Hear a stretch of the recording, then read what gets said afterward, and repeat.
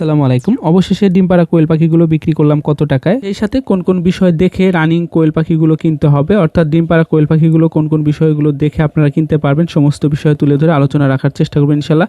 তো তারই সুবাদে আমি ছোট ভাইকে বলেছিলাম যে সরাসরি আমার খামারে এসে দেখে শুনে তারপর তোমাকে নিতে হবে।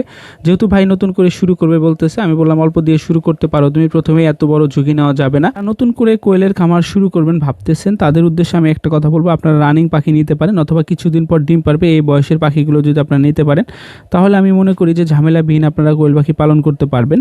ছোট থেকে কোয়েল পাখি পালন করা অনেকটা কষ্টের ব্যাপার হয়ে যায়। তো আমি বলতেছিলাম যে ভাই তাহলে আমি তোমাকে ধরে দিই এবং দেখাইতেছিলাম যে আসলে কিভাবে কোন কোন বিষয়গুলো দেখে তারপর কোয়েল পাখিগুলো কিনবে। তো আমি বলতেছিলাম যে প্রথমে দেখবে ঘাড়ের পশমগুলো ঠিকঠাক আছে কিনা, আর পিছনের যে পশমগুলো অর্থাৎ পিঠের যে উপরের পশমগুলো এগুলো কিন্তু আসলে খুব সহজে উঠে যায়। কোয়েল পাখি যখন 1 থেকে 1.5 মাস ডিম পারে ঠিক ওই টাইমটাই আসলে উঠে যায়। তো এটা দেখে আসলে বোঝা যায় না যে কোয়েল পাখির বয়স কতদিন হয়েছে। পাশাপাশি আপনারা সবসময় ওজনটা দেখার চেষ্টা করবেন যে কোয়েল পাখির ওজনটা কেমন আছে। যদি ওজনে কম থাকে তাহলে সেই পাখি আপনারা নেওয়া থেকে বিরত রাখবেন নিজেকে, কারণ একটা কোয়েল পাখি যখন অধিক ডিম পেরে ফেলবে তখন ওজনটা অনেক কমে যাবে। এই বিষয়টা অবশ্যই আপনারা মাথায় রাখবেন।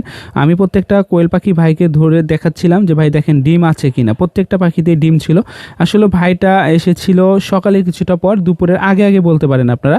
তো এই টাইমে আসার ফলে আসলে আমার জন্য ভালো হয়েছে, আমি দেখে দেখে ভাইকে ভালো পাখি দেওয়ার চেষ্টা করেছি। এখানে সব কয়েকটা যে ভালো পাখি এটা বলা যাবে না, কয়েকটা পাখি হবে 20 থেকে 30টা পাখি হবে যেগুলো একটু সমস্যা আছে, যেমন সাইজে ছোট আছে, তারপর পায়ে সমস্যা আছে, মাথায় সমস্যা আছে, এরকম কিছু পাখি আছে। এগুলোকেও আমি তো অবশ্যই দিব না। আপনারা যদি নিতে আসেন বা আপনাদের সাথে অনেকের কথা হয়েছে আমার, তো তারা হয়তো বা জেনে থাকবেন যে আমি এই কথাটা বলেছি ভাই কয়েকটা পাখি সমস্যার আছে, এগুলো আপনাকে রেখে তারপর বাকিগুলো নিতে হবে।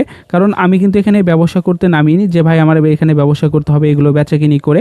আপনারা অনেকেই জানেন বা আমার এখানে যারা এসেছিলেন তারা হয়তো বা বলতে পারবেন বিষয়টা সম্পর্কে। আমি বেশ কয়েকটা পাখি ধরার পর আমি এখন তুহিন ভাইকে বললাম ভাই আপনি পাখি ধরতে পারেন, দেখতে পারেন যে আপনি আসলে যে বিষয়গুলো বললাম এই বিষয়গুলো আপনি জানতে পেরেছেন কিনা।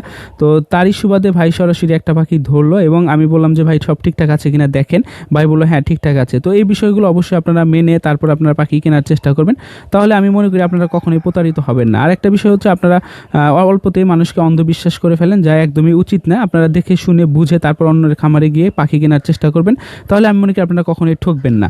তো আপনারা যদি এই পাখিটাকে লক্ষ্য করেন তাহলে দেখতে পারবেন, দেখেন পিঠের পশম মোটামুটি যে পরিমাণ আছে, ঘাড়েরটা কিন্তু পুরোটাই আছে আলহামদুলিল্লাহ, এবং পিছন সাইডে যে ডিম আছে সেটা কিন্তু একদমই বোঝা যাচ্ছে। কি ধরার ব্যাপারটা একদমই শেষ। আর যে পরামর্শগুলো দিলাম সেটা হলো, যেহেতু এই পাখিগুলোর মেডিসিনের কোর্স করানো হয়েছে ভিটামিন দিয়ে, তো আমি মনে করি যে আর কোনো মেডিসিনের কোর্স আপাতত 3 মাসের ভিতর করাতে হবে না ইনশাল্লাহ।